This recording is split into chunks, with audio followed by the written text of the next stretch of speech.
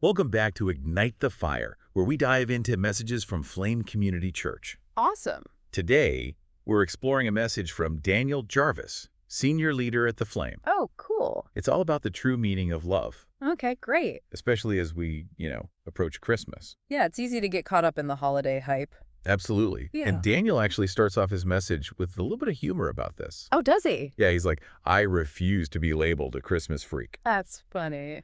But then he kind of pivots to something much deeper. Yeah. This idea that Christmas is really about, experiencing and sharing the immense love of God. I like that. So how does he unpack that? Well, he dives into the different types of love that are described in the Greek language. We well, tend to focus on romantic love right. or the love between, friends and family. Uh-huh. But he says there's this other kind of love, agape, that's on a whole other level. Agape. Yeah. So like the ultimate form of love. Exactly. It's completely selfless. Wow. Doesn't keep score or expect anything in return. That's powerful. It's the love that God has for us. And Daniel emphasizes that this agape love, it's not just a feeling, right? No, it's an action, a choice. I see. He uses the example of loving his children. Oh, okay. It's not based on how they perform or whether they meet his expectations. Unconditionally. It's a deep, unwavering love that's always there. That's beautiful. And then he takes this idea even further. Really? He's like, God actually chose to create us, Okay. knowing all our imperfections. Interesting. And he actually challenges the idea that, God created some people for heaven and some for hell. Yeah, I've heard that before. He says God desires a relationship with everyone. Everyone. And it's our choice whether we accept that offer of love. So like free will. He actually compares Jesus to a lifeline that's thrown to someone who's drowning. Wow. The lifeline is always there, but it's up to the individual to grab hold. That's a powerful analogy. And this brings us to another key point that Daniel makes. Which is? The idea that true love can only be found in a relationship. Not just in like religious rules. Not just rules and rituals, yeah. Okay. He emphasizes that Christianity is unique Oh. How so? because it's founded on a relational God, relational. the Trinity, Right. a model of love and relationship within the Godhead itself. I see. So it's not just about following a set of rules. Mm-hmm. It's about connecting with God on a personal level. Okay. That makes sense. And he contrasts this with other faiths, How so? where God might be seen as distant or unapproachable, Yeah. making it harder to grasp the concept of a loving God. That's true. It's like he's saying only a God who's in a relationship can truly understand and embody love. Right, because they've experienced it. Exactly. And this leads to his challenge for all of us, It's a challenge. to move beyond just talking about love and actually embracing it, Okay. in action, just like Jesus did. Putting it into practice. He makes it clear that love isn't just saying, I'll pray for you. It's more than that. Yeah, it's about offering tangible help, Like what? sharing your lunch with someone who's hungry. Okay. It's a reminder that love requires effort and sacrifice. Just like God's love for us. And then he dives into 1 Corinthians chapter 13, The love chapter. often called the love chapter. Yeah. What does he say about that? He kind of paints a clearer picture of what love looks like in action. Okay, cool. He breaks down the qualities of love that are described in this passage: Like what? patience, kindness, humility, forgiveness. Oh, right. He also unpacks phrases like love bears all things, Bears all things. believes all things, hopes all things, and endures all things. Those can seem a little abstract, right? They can, but Daniel really brings them to life. How so? Well, he explains that love bears all things means covering and protecting others, Oh, okay. much like a roof shielding us from a storm. Believes all things translates to trusting in others, Yeah. assuming good intentions until proven otherwise. Right. Hopes all things signifies holding on to hope for others' growth and redemption, Okay. and endures all things. Mhm. Emphasizes perseverance through hardship, Perseverance. unwavering commitment. That's powerful. He stresses that these characteristics are reflections of God's own nature, God's nature. because ultimately God is love, Right. and we're called to emulate these qualities in our own lives. To let them shine through our actions. He reminds us that we love because he first loved us. Yeah. Our capacity to love stems from the love we receive from God. It's like that love empowers us to work towards embodying them in our interactions with others. Absolutely. And speaking of embodying God's love, Daniel then turns our attention to how God demonstrated the ultimate example of love Oh, through Jesus. right, right. You can't talk about God's love without talking about John chapter 3, verses 16 to 17. For God so loved the world that he gave his only Son, that whoever believes in him should not perish, but have eternal life. The heart of the message. It really is. And Daniel points out that the Greek word for so in that verse, it emphasizes the immensity of God's love. Okay. Like it's a love that goes beyond anything we can comprehend. Wow. He uses a really powerful image to illustrate this. What's that? He compares Jesus to a firefighter rushing into a burning building Oh, to save those trapped inside. that's a good analogy. It really captures the selflessness and urgency of Jesus' mission. Yeah, it does. He wasn't afraid to enter a world consumed by sin to rescue us. From eternal separation from God. It's a reminder that God's love isn't just a passive feeling. Right. It's an active, powerful force that moves him to act on our behalf. I see. This leads to another important point that Daniel makes, What's that? the importance of forgiveness. Oh, okay. He reminds us that forgiveness isn't just a suggestion. No. It's a command from Jesus himself. I see. He quotes Matthew chapter 6, verses 14 to 15. Okay. For if you forgive others their trespasses, your heavenly Father will also forgive you. But if you do not forgive others their trespasses, neither will your Father forgive your trespasses. It's powerful. It's a powerful reminder that holding on to unforgiveness, it actually blocks us from receiving God's forgiveness. Makes sense. And then Daniel shares the story of Peter asking Jesus, like, how many times you should forgive someone. Okay.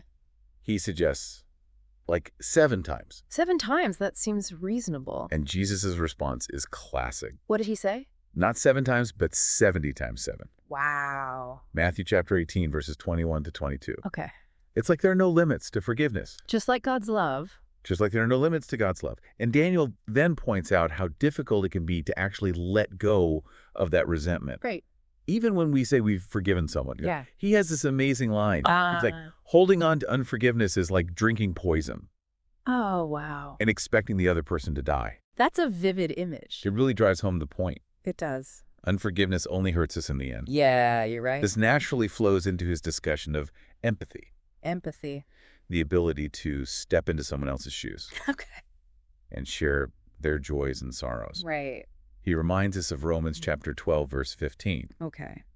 Rejoice with those who rejoice, weep with those who weep. That's a good one. He uses this beautiful example of Jesus weeping with Mary and Martha Oh, at Lazarus's tomb. at Lazarus' tomb to illustrate that empathy isn't always about having the right words to say.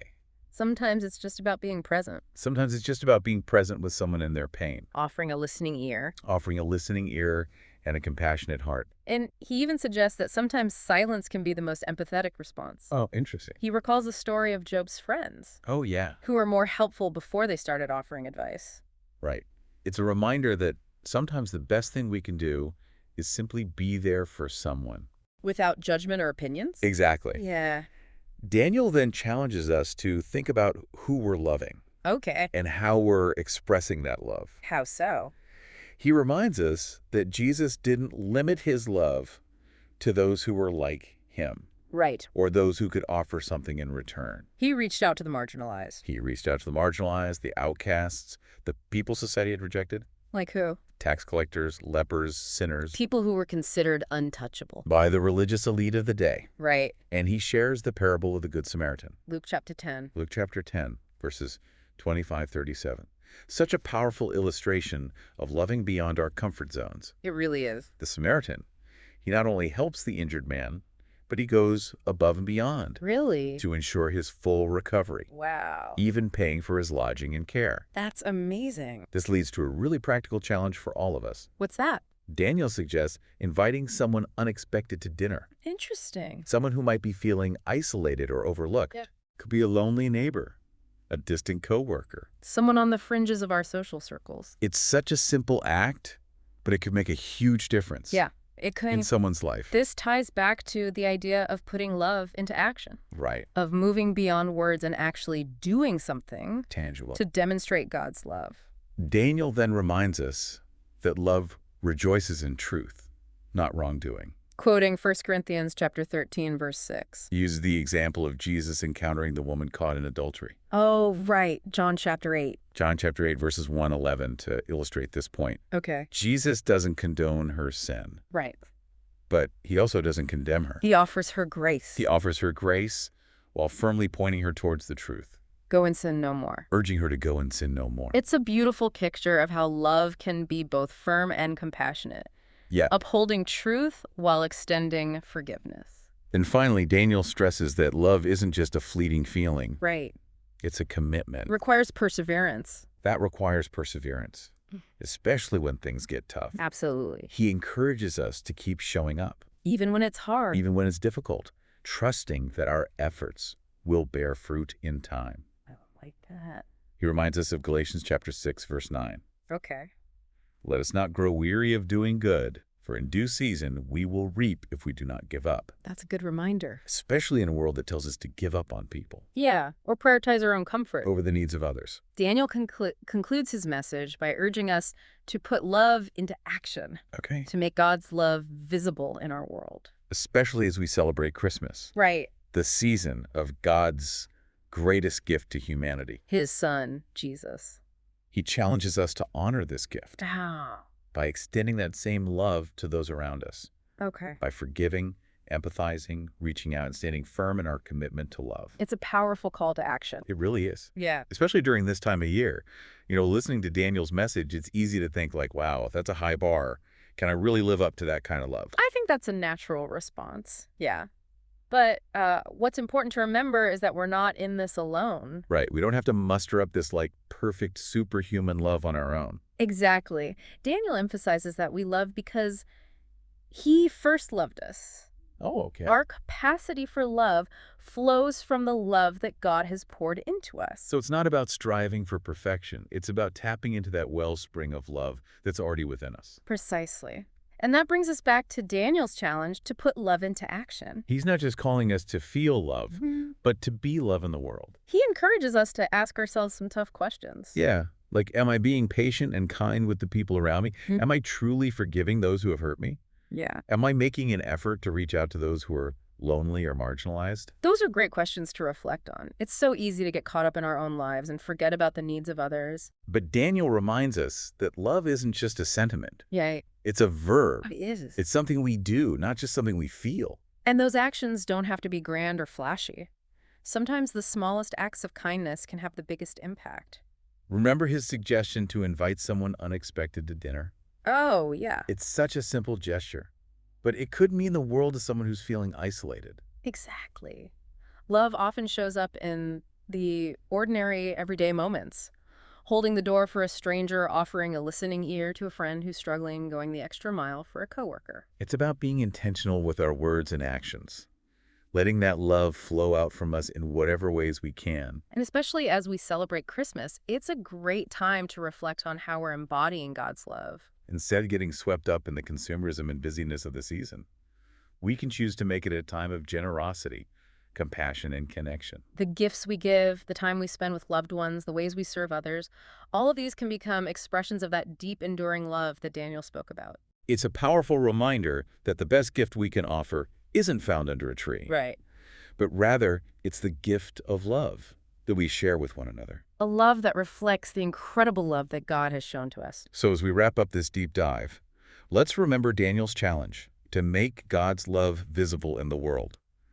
Let's carry this message with us, not just during the Christmas season, but throughout the year. And let's be encouraged by the truth that God's love is always available to us.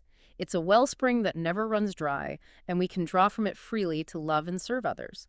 Don't forget you can watch full sermons on Flame's Facebook, YouTube, or website. God bless and see you next week.